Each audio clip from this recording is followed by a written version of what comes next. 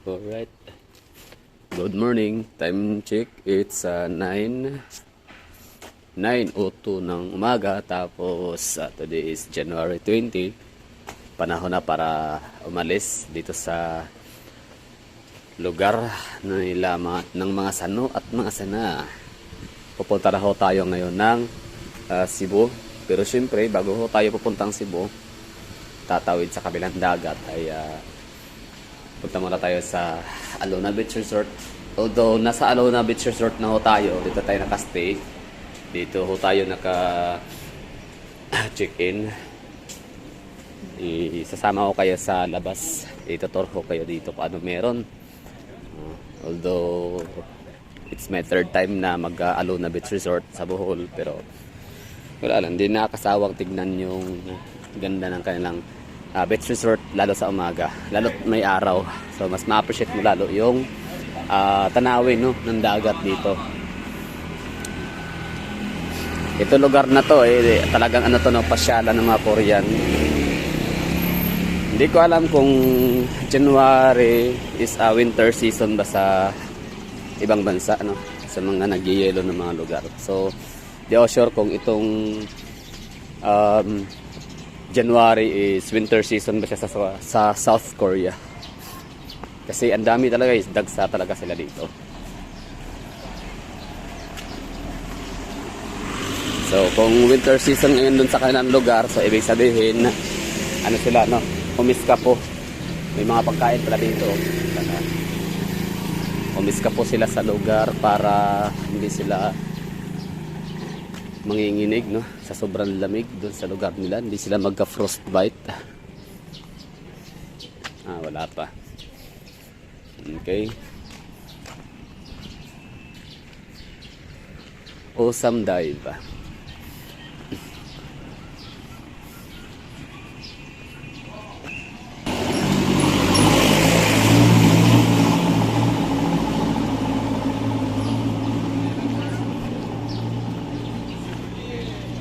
Ayun, no, kanya-kanyang bit-bit na sa mga laundry.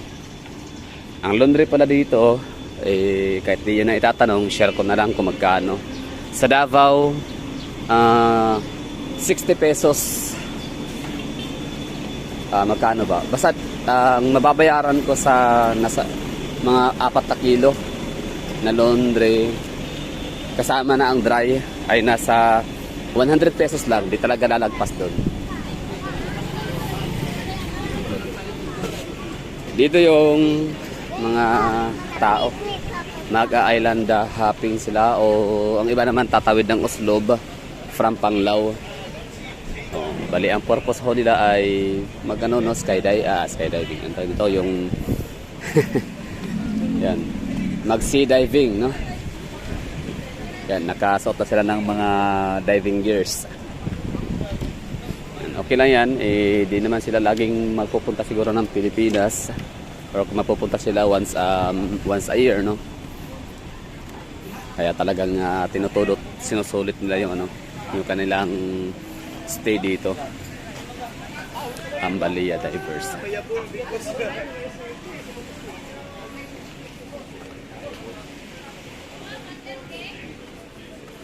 Dami nandito mga foreigners. Dito para kami Gingging home. Mura lang, oh. Ito yung room dito, yung kanilang rates. Tapos ito yung labada, tinutukoy ko. Per kilo 90 pesos. So kung sa atin diyan, kung ikaw ay local, mahal to ang 90 kilos, no, kasi nakasanayan ho natin ang 100 pesos na hindi tataas sa 6 na kilo. Tapos with dryer pa yan. Iwan ko lang sa inyo, ha. Sa amin to sa Davao. Saan ka ba sa Davao? Magkano ba yung palondre ho ninyo dyan? Pero mas mura to, 70 pesos lang naman kapag ka 2 days. Itong 1 day parang dry. Express 150 per hours. O dyan sa mga sa Iloilo, sa Cebu, sa Manila, Luzon, kung saan man kayong anong local kayo nakatira sa Pilipinas, comment down below magkano yung prices ho ng inyong labada laundry services. Alona Divers. And syempre no, ang napaka-iconic na Kalamay sa Bohol. Ganda ng dagat. Wala masyadong nakikita na iligo dito sa marami no. Madalas mga locals dito sila bibit-bit ng mga pagkain kasama mga pamilya nila. May dala-dala mga baskets, tray of foods. Kung Hifa Choy. Happy New Year. Best Western Plus. Ito yung hotel dito.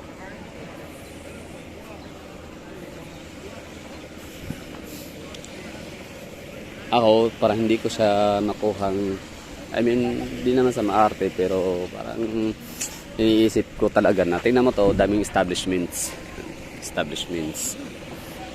Hotels, tapos, siyempre, tatai mga tao dyan, no? Kung mayroon man silang mga septic tank, very good, congratulations.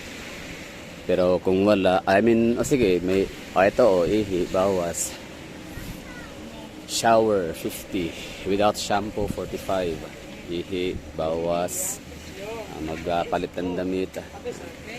May mga services ho dito madami. So ibig sabihin pwede pala may mga nagpupuntahan pala dito mga walk-ins.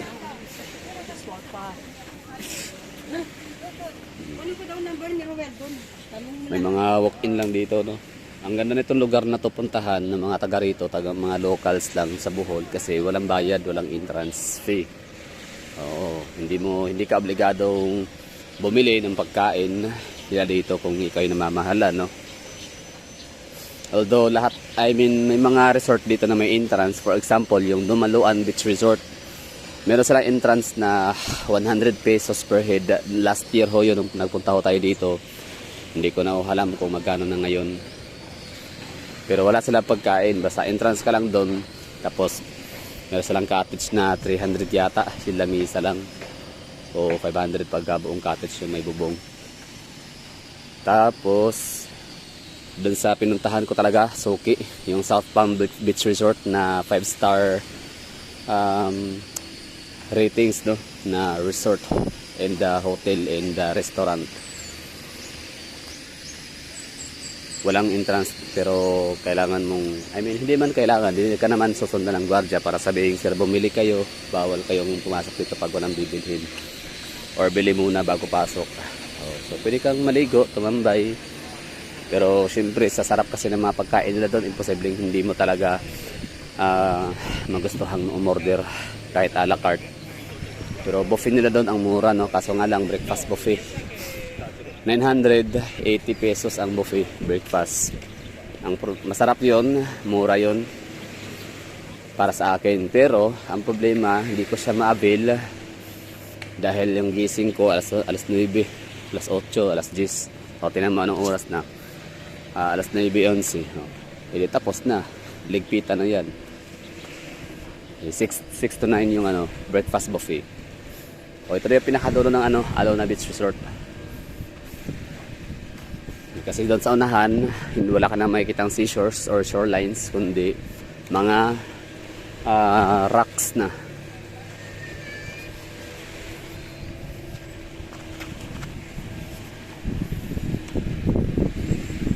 Tutor lang kayo dito ha. Explore lang. Nung huli kong punta dito, hindi ako nakaabot dito na lugar, dito na portion kasi siyempre yung may kasama kang senior citizen, kahit pa hindi naman ganun katanda, pero siyempre Bohol baka kasama no, hindi naman yung gala na yun maramihan kami pamilya, dalawa lang kami nun. Siyempre baka mag-alala siya no, or matakot kasi yung kasama niya nawala, siya na lang mag-isa. So mayroong island hopping dito nga ino-offer, marami island hopping yan sila. Pupunta yan sa iwa ko kung saan, tatanungin natin. Tapos meron ditong dalawang bato, may nakita tayong hagdanan. Ano kaya meron dyan?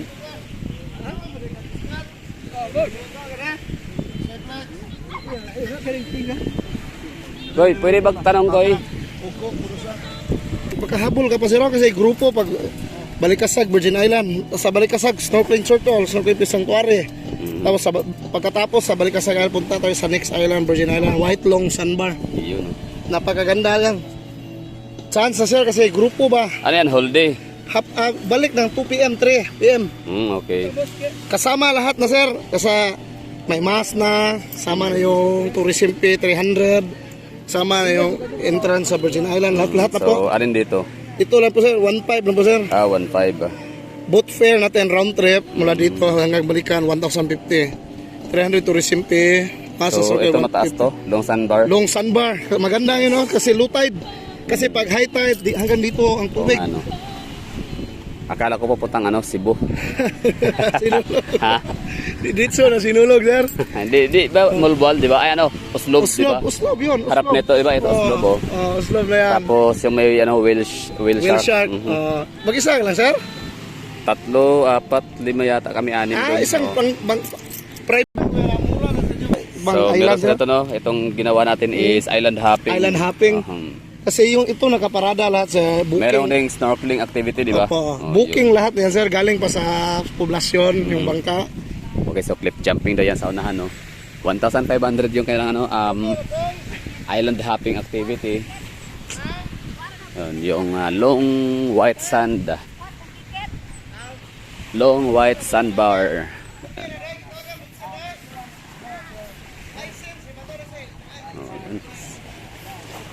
Itong island hopping na adventure na natry ho natin ay sa nung nagkoron Palawan tsaka El Nido.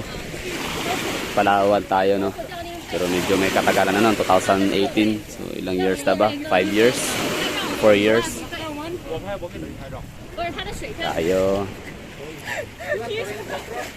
Ito yung mga bato-bato dito. Pero tingnan muna natin. May cliff diving daw activity. Tingnan natin mamaya. Dito muna tayo.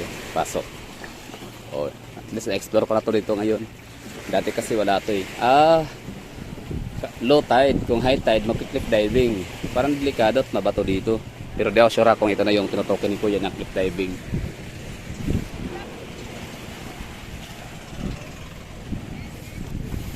Yeah.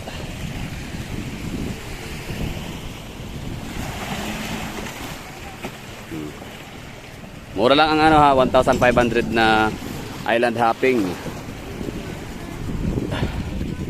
sa taong 2024 kasi yung 2018 nga 1,500 din yun yung ating na-experience na island hopping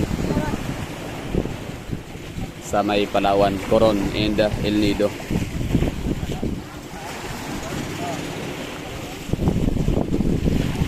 Lit yata ng bangka nila. Anyway, baba na tayo dito. Punta tayo dun sa hagdanan na nakita natin at nang makit na natin kung ano meron dun.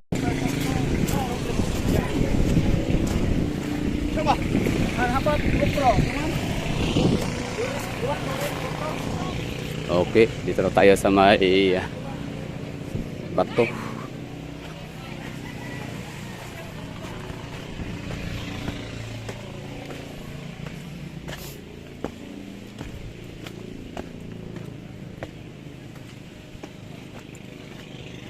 Ito nga yun, cliff diving na tinutukoy ng tao. So ang problema, hindi tayo makapag cliff diving dito kasi wala nga hindi siya high tide. Good luck.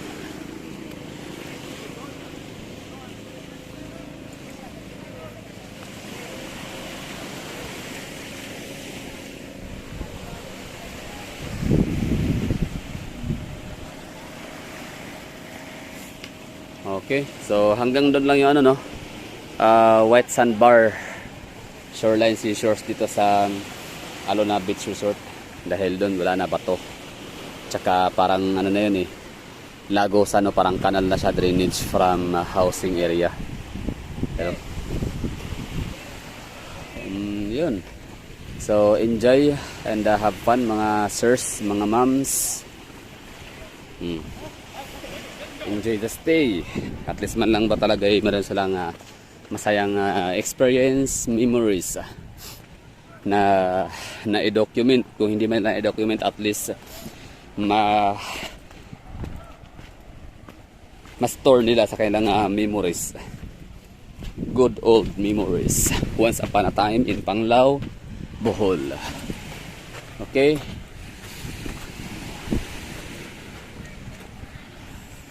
So, approximately nasa mga 1 to 2 kilometers ang dulo to dulo, no, na haba nitong white sand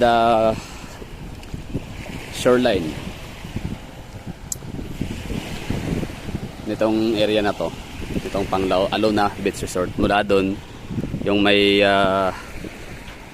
itong parang isla yan, pero hindi ay isla, parang dyan yung boundary, no, bato, malalaking bato yan, rock of mountain yan, tapos hanggang dito sa doon sa tinuro ko kanina, yung parang lagusan, drainage wala sa mga kabahayan.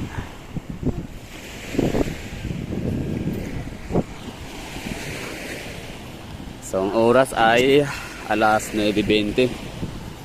Need na ho natin na lumabas. So mga taga Davao, shout out, kumusta ho kayo dyan? Dito today, January 20.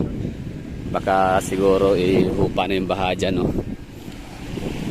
So siyempre marami tayong mga kaibigan, kakilala, kamag-anakan na namumblema ho sila gawa nung meron nga silang linisin, no, na napakadami tambak yung linisin sa bahay nila, puti gawa nung malawakang pagbaha dahil sa napakalakas sa pagulan. So okay lang yun, no. Ang mahalaga, buhay. Mahalaga, walang nasaktan, walang napinsalang mga buhay, ano.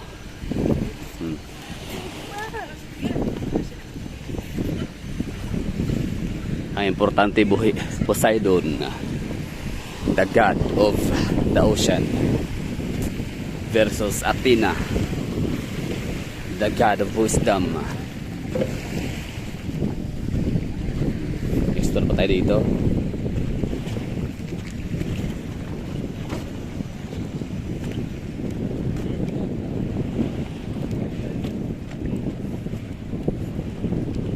Poseidon Sports.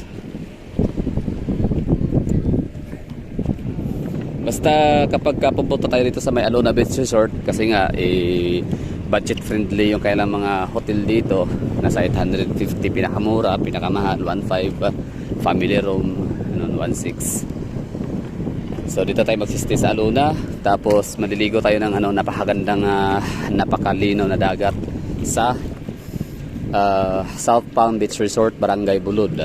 Although maraming mga mapagpipili ang mga resorts sa lugar ng Bulud Barangay, mas marirecommend ko talaga highly yung South Palm Beach Resort. Ito yun, yung tsura ng lugar, Alona Beach Resort. Marirecommend ko yung yung malaparaisong ganda ni South Palm Beach Resort. 5-star yun, 5-star hotel and resorts and restaurant. Medyo pricey ang pagkain, lalo a la carte, pero at least masarap, no? Sulit din.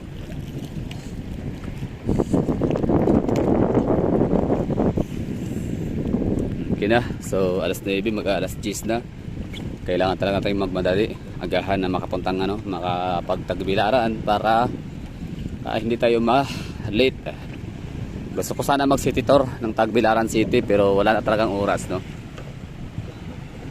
Talagang hindi natin magawa yun. Hindi naman kasi pwedeng hindi matulog, diba? Useless din. Hindi mo talaga may enjoy yung lugar. Para sa akin, akin lang to. Hindi mo talaga may enjoy yung pamamasyal sa lugar, yung napakagandang view, kung ikaw naman ay antok or kulang sa tulog. Hindi mo makaprocess, diba, yung sa utak mo kung gaano ka wow ang lugar na napuntahan, dahil sa ikaw ay lack of sleep.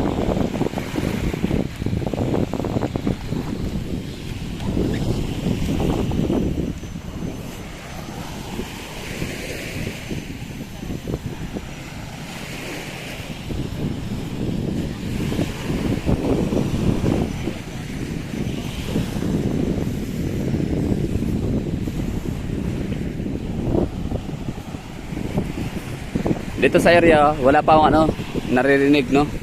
At nakikita at nakasalubong ng mga Chinese nationals. Puro lang mga Korean. Wala na akong nakita mga Thailand, mga Thais, or Vietnamese. Siguro, hanggang Cebu lang talaga yung mga Vietnamese, Thailand. Hindi na sila tumatawid ng Bohol. Siguro wala pa nakapuntang Bohol masyado ng mga taga Thailand and Vietnam. Tapos nagbigay ng feedbacks and review sa kailang lugar. Sa lugar ng Bohol, ng Panglao. O hindi nila shinare sa mga kababayan. Kaya walang kailang mga kapwa, nationals nila. Kababayan nilang nainggan nyo din na maganda pala doon, magpunta si ganito, si ganyan. Punta tayo sa Bohol, Panglao. So Cebu lang, mga Southeast Asian. Yun na tinatawag ko sa inyo na family bonding dito ng mga locals. May dala sila mga pagkain, dito sila mahiligo. Okay naman na to. Oo. Pero siyempre pag turista ka, ako, sa akin lang, mas kuligo lang din naman talaga ng dagat. Mas prefer ko talaga din sa South Pang. May kalayuan siya mula rito sa Alona. Ang pamasahe ay 150 sa tuktok kung tawagin, bao-bao, pungbak, or buyod.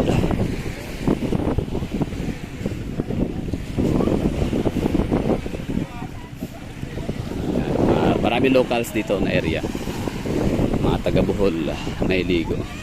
Dala yung mga baskets of foods, tray of foods. O gaya nun sila, mag-asawa, may anak sila maliit. Nag-take out lang sila ng pagkain sa McDonald's.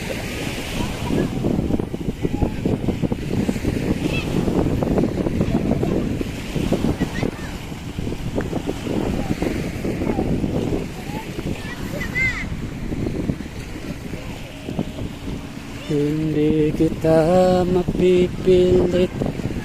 Masaya dito pag gabi. May mga fire dancing.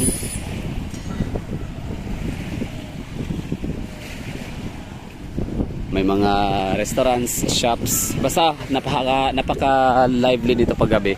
Pero yun nga lang, limited lang yung oras hanggang alas 11. Wala na, lights off na ang mga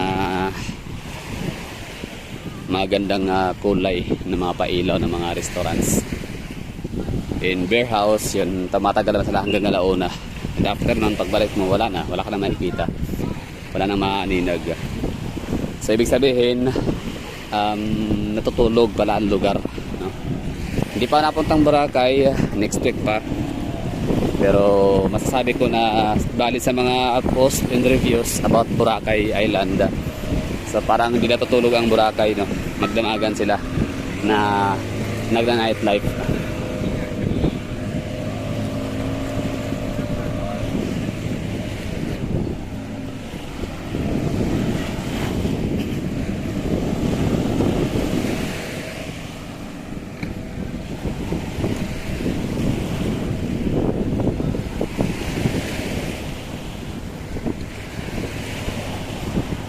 Hindi kita mapipilit kung ayaw mo. Wag mo akong pilitin, bahala na. Island hopping, 1,500 for scuba diving. Ay hindi pala, mga yan sila. Yan mga white sand. Kaya kuya patingin din. Long White Beach ng Virgin Island. So sabay-sabay ngayon umaalis ang mga tao. So magpang-abot yan sila. Maganda daw ngayon at low tide. Sir, maganda vlog sir. Virgin Island. Sige, may wala pa akong number. Para sige. Sige. So maraming mga dito pwedeng gawing activity, parasailing, scuba diving, whale shark viewing, tatawid kayo ng Oslob, Cebu. Doon Oslob, Cebu yun doon.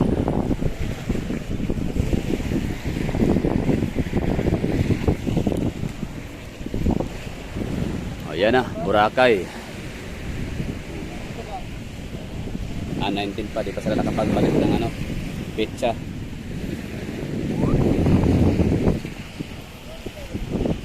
Ay, Boracay. Panglao pala. Panglao. Boracay ko lang kasi nakikita yung mga ganun eh, no? Yung Sand Castle. Hindi kita magpipili kung ayaw mo.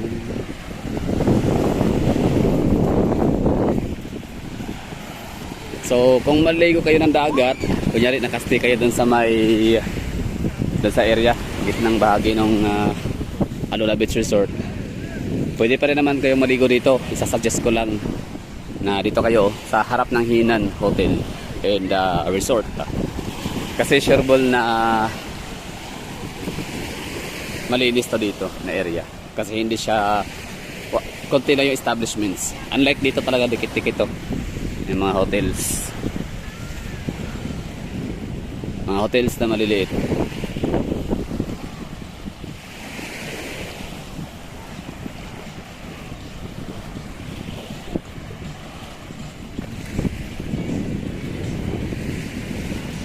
Sarap ng hangin, grabe, presko.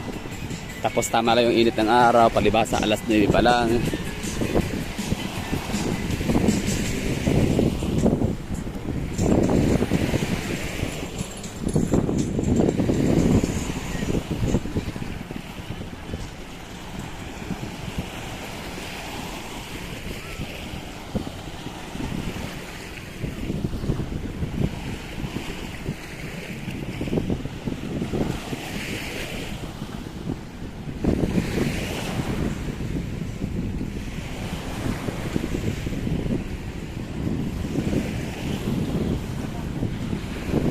No? Picture taking, malalaman mong Pilipino ang andito o hindi lang dito, kahit saang lugar sa mundo, no, na mamamasyal. Kasi grabe kong makapag-picture, no? 1 hour bago matapos para sa isang location, hindi isang angulo. Pinoy talaga. O, ako buti na lang hindi ako talaga para picture, no? More on vlog na lang, video. Kasi kung picture din talaga, malamang kung sila 1 oras o talaga 3 oras siguro bago matapos para makuha ang bago ako masatisfied sa napaka-perfect na angulo, no? Para sa isang spot and location. Kaya dahil hindi sapat sa akin yung picture taking lang, kaya minabuti ko nang i-vlog na lang.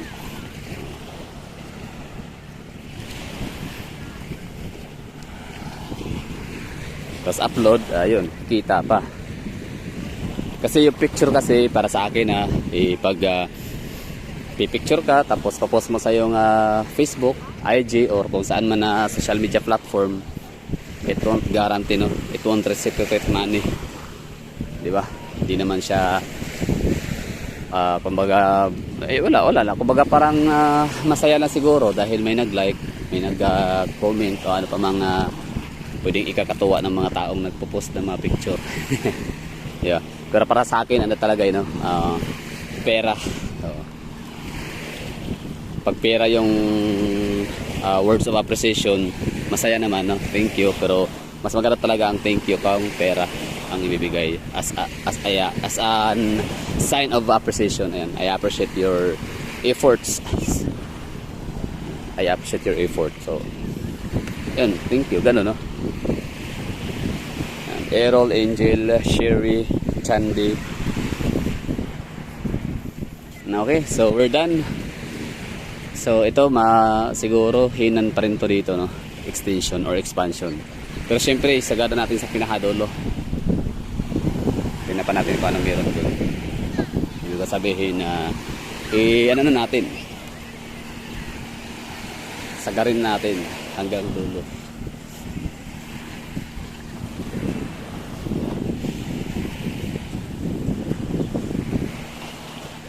Ito mga westerners, ang ginagawa nila lagi ay nagsa-sunbathing sila, no? Nagpapaitim. Nagpapahid lang sila ng mga sunblock para hindi sila magkaroon ng sunburn. Pero ang mga Pilipino, tsaka Korean, tsaka Chinese, talagang mga Pilipino nagpapayong yan. Ang iba talaga naka-jacket. Pero pag dito sa mga beach, wala namang nag-jacket dito ng mga Pilipino. Kung ano lang sila. nag cup lang, yung iba payong. Yung iba talaga di talaga nagpapainit, no? At natatakot sila. Ito yung pinakadulo dito.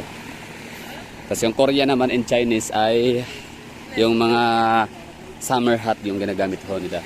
So ito na yun, pinaka last point ng long sandbar or long white sand beach shoreline and seashores sa Panglao.